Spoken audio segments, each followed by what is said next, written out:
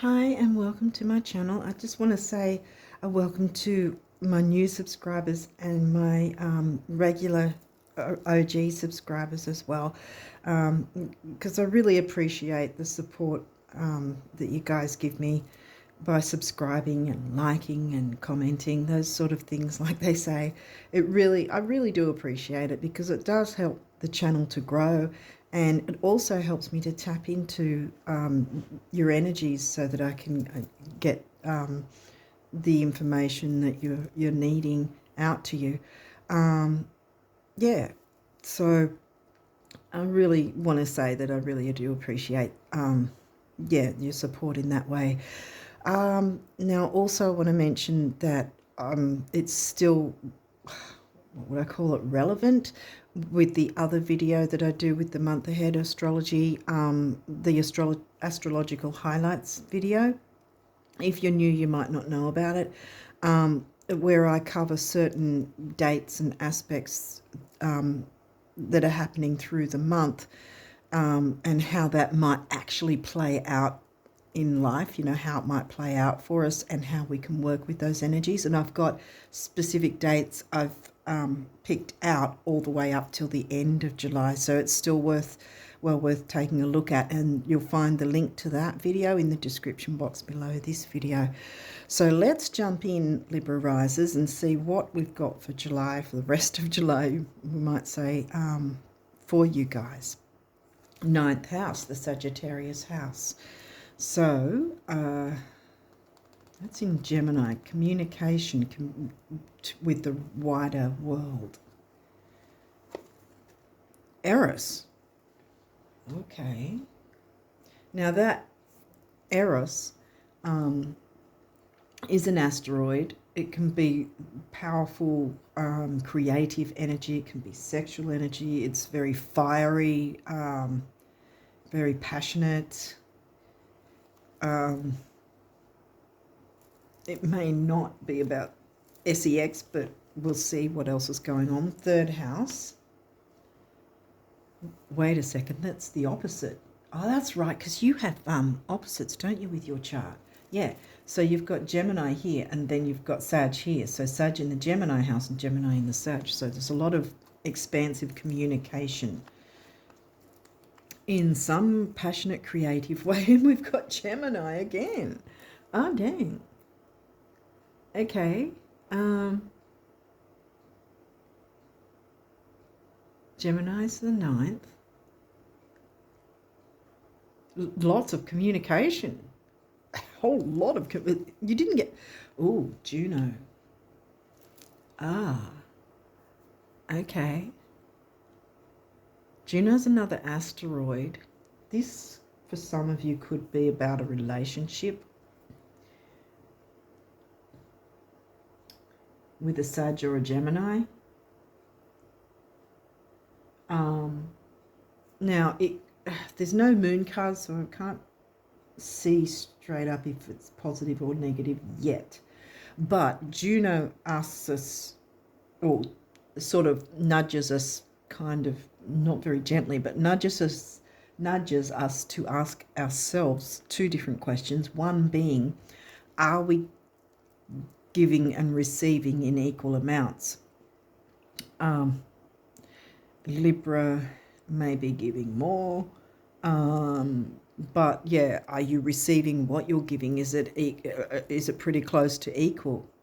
Is there equal give and receive, give and take, whatever? The other question is, do you actually even want to be in a specific relationship? Juno wants you to ask that question. That question might not be something you need to ask yourself or want to ask yourself. It might just be about the balance reciprocation, whether you or someone else is giving more or receiving more or taking more or whatever. What's this one? Oh my goodness, Gemini again. The energy is communicative, mischievous, lively, witty and informative. Stimulating exchange is possible. That might be where the passionate stimulate. There may be a need to have a stimulating conversation. There's a lot of communication. I mean, Gemini, and the Gemini house. well, and well, when I'm recording this, it's the pre-shadow of Mercury retrograde. But by the time you see this, it's probably actually going to be in Mercury retrograde. So we've got that as well. It doesn't mean that everything screeches to a halt. In fact, it's the other way. Mercury wants us to look at, you know, how we're communicating, what sort of areas of our life we need to communicate better in, supposedly, you know, that sort of thing. Mercury will be in Leo, so, well, technically he already is, but, so yeah, that'll be your 11th house. Quincunx complexity. A conversation needs to be had with a specific relationship. Communicating equal give and receive. It's going to be about one side or the other. My guess is you being Libra are probably giving more than what you're receiving. Square challenge, well, you know, having to have a talk is always kind of challenging anyway, isn't it? You know, it's sort of a scary sort of concept to feel as though we're confronting, you know. Capricorn, the boss. Confronting the boss. Oh. Unless you have to be the boss, and he's in your 4th. Capricorn's in your 4th. So there's this measure of serious, solemn, I don't know if solemn's the word for it, but serious communication around family-like situations, some sort of family and local. See, Gemini's very local. Sag is the wider world, right? And Sag is in your 3rd as well. But Gemini is like your neighborhoods, your local travel. Sag is the wider world, expansion and growth. The Sag house is next to Eros, so there's the need to expand and grow with your passion and creativity, with communication in some way, to speak about equal give and receive, I would say. Taurus, the bombshell. Okay, so now Taurus might be involved as well. So we've got Capricorn and Taurus. Taurus is in your 8th, shared resources. Not all challenges are negative or difficult. Sometimes it's about taking up the challenge. You know, like I said, it might be scary to you as a Libran to consider confronting a situation by opening the lines of communication. It might be a complex issue, so it needs to be handled with the words aplomb and decorum come to mind. Why? Well, it needs to be peaceful and balanced. You know about balance, you're Libran. Maybe this is you needing to be the boss in a Cancerian way, because this is your 4th house here, right? So the gentleness, the nurturing, you know, speaking about it in a nurturing way, you know, confronting it, but in a nurturing way, if that makes sense. So you're not in someone's face, but you're still opening that dialogue to get the balance between you both, or whoever's involved. You only had one of these. It may or may not be in reverse. Good, it's not in reverse. Ceres, another asteroid. Ceres is very much mothering, nurturing. That's where I was getting the nurturing vibes in, was it? Well, I was getting them from 4th house, because that's the Cancerian vibes. Ceres is one of the asteroids that gives me that Cancerian energy, because it's mothering, nurturing, you know, nurturing certain relationships that are of equal give and receive.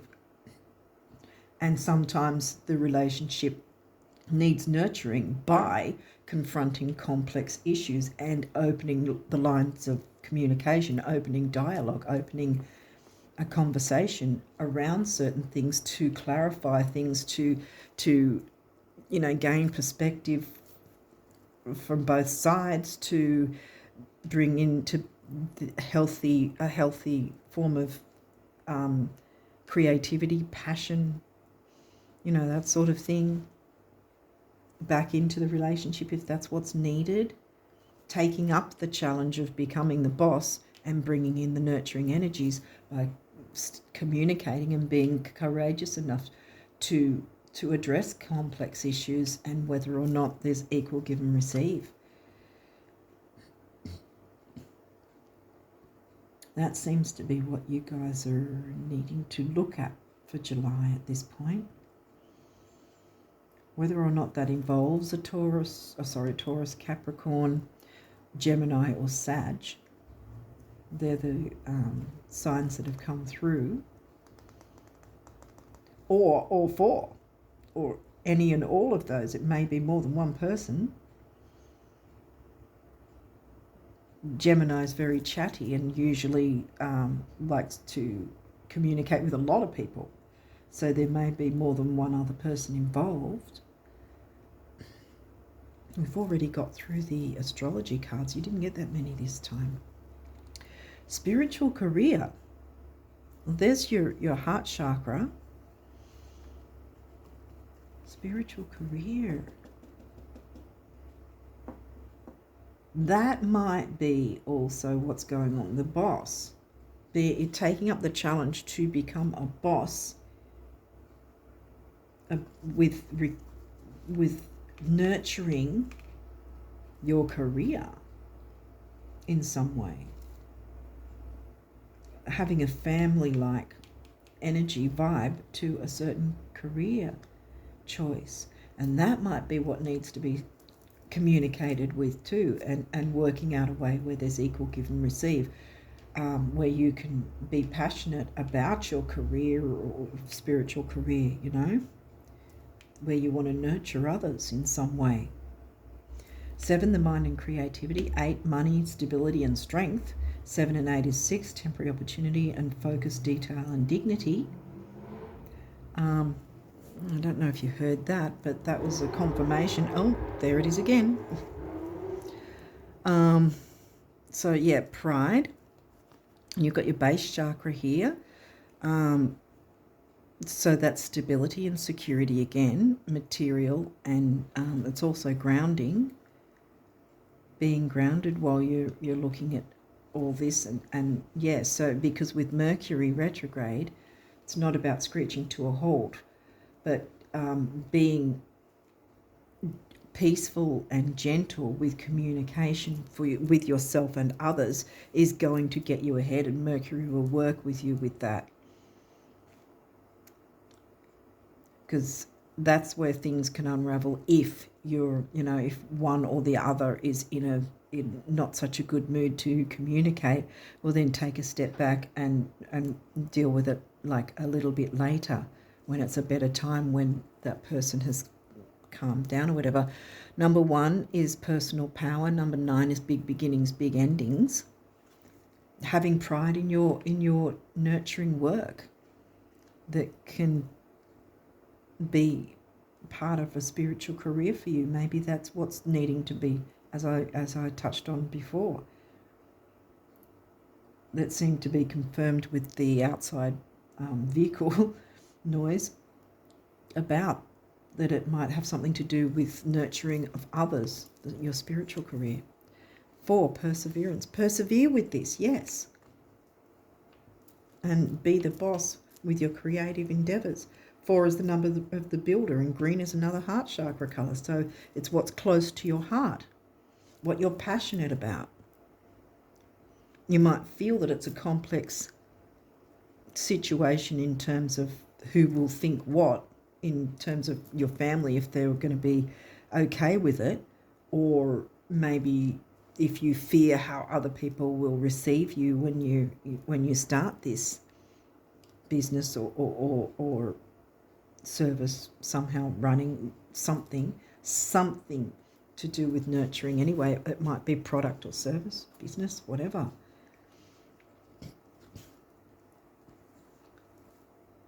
Creativity, yeah, see, creativity. 3 is communication as well as creativity. Communicate. So there's communication needed. I think it's about perhaps how you're going to go about it, how you're going to set it up, how is the equal give and receive within the family, how you'll have the space to be able to do what it is you want to go after. Communication, youth, newness, activity, action, taking action. And that's the solar plexus, which is personal power and ambition, career ambition, see? What else is it? Personal power, career ambition, self-worth, stuff like that. What's this guy? Domestic harmony. Yeah, see? This, I think, is how it's going to all work out. You're going to communicate with family members or whoever is involved in that sense, because it might be something about working from home even. Or that you'll need certain time to focus on your spiritual career. So there's that give and receive sort of idea of being equal, so you can still follow your passion but still have domestic harmony with your family. 4th house, remember? And 4 again, the number of the builder. 6, temporary opportunity, focus, detail, dignity. Throat chakra, communication, communicating from your heart. Heart chakra, communicating what's in your heart. Yes. Okay, so now we'll look at these. So much more awaits you. There'll come a day when you look back at where you've been and where you now are and call these your warm-up years. More love, more fun, more friends, more laughter, more thoughts, more things, more, lots more. You're so cute, the universe. Yeah, see? Yeah, I think that some sort of product or service, you're going to go a long way with it.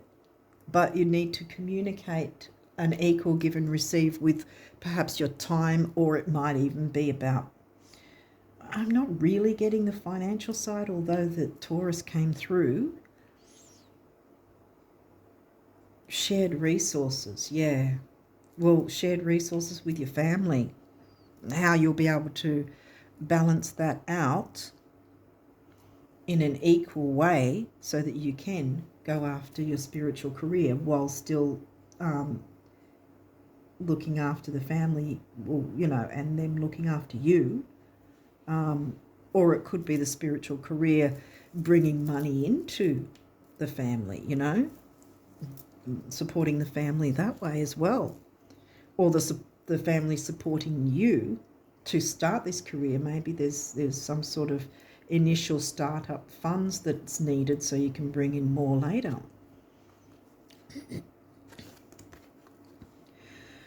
Do wealthy people have to spend all their money to feel wealthy? No, that's silly. They don't even have to spend a cent, do they? Oh, you so have it made, the universe.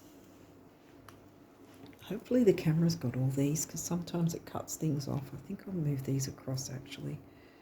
Might help it a little. But yeah, I think it's just a matter of talking it with those that you reside with, those that are either family or like family that are important in this, whether they're around or whether it somehow impacts them in some way for you to follow this. So it's just about, it doesn't have to be so complex and challenging.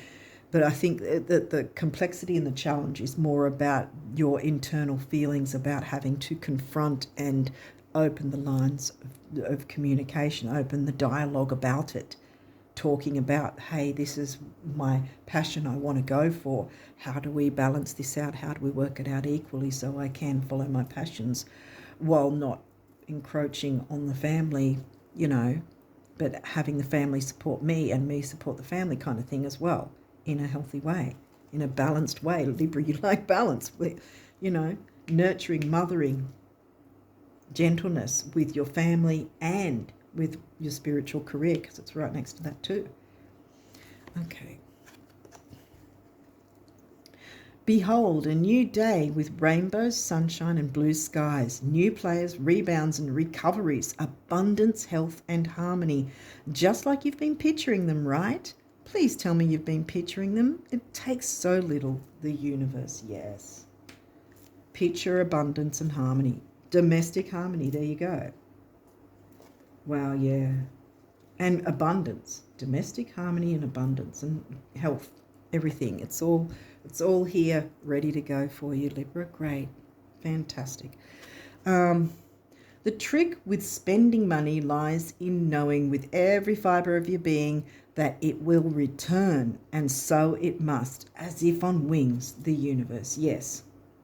And I think it will. I'm not wanting to cover that because I think that there's something that's going to nurture your finances, I think, and bring in the money. But first you have to get over that hurdle of not being afraid to open the dialogue about it, about what is interesting you and what passions you want to follow to do with some kind of spiritual career. Take pride in that. Healthy pride is not a bad thing. All right, eternity. Gently move your awareness from the external world to a world of light within your heart. Yeah. Your heart. Follow your heart. Allow each breath to heal you as you drift to a place beyond time. Eternity exists within you, forever sparkling like a diamond. You are, in essence, a shining star, forever transforming to ever greater light. Shining star, spiritual career. Isn't that interesting? And so it must. That's what I've just, yeah. Follow your passions, Libra. Oh, manifestation. Believe in yourself. Trust your instincts and follow your heart. What did I say just now? For in doing so, you shall manifest all your heart desires. The life you have for so long aspired to create will soon manifest. Actually, I want to swap this out to here and put this here. Nurturing what you want to manifest. Trust your instincts and follow your heart, for in doing so you shall manifest all your heart desires. The life you have for so long aspired to create will soon manifest once you have that open dialogue with those that are important to you, that may or may not either be impacted or impact your your goals. Either way, work out that balance, and then from there on it's all systems go. It will soon manifest, Libra. Yay. Oh, that's fantastic. Okay, I'm going to leave it here and wish you guys all the best of luck with these energies for July and onwards. And until next time, bye for now.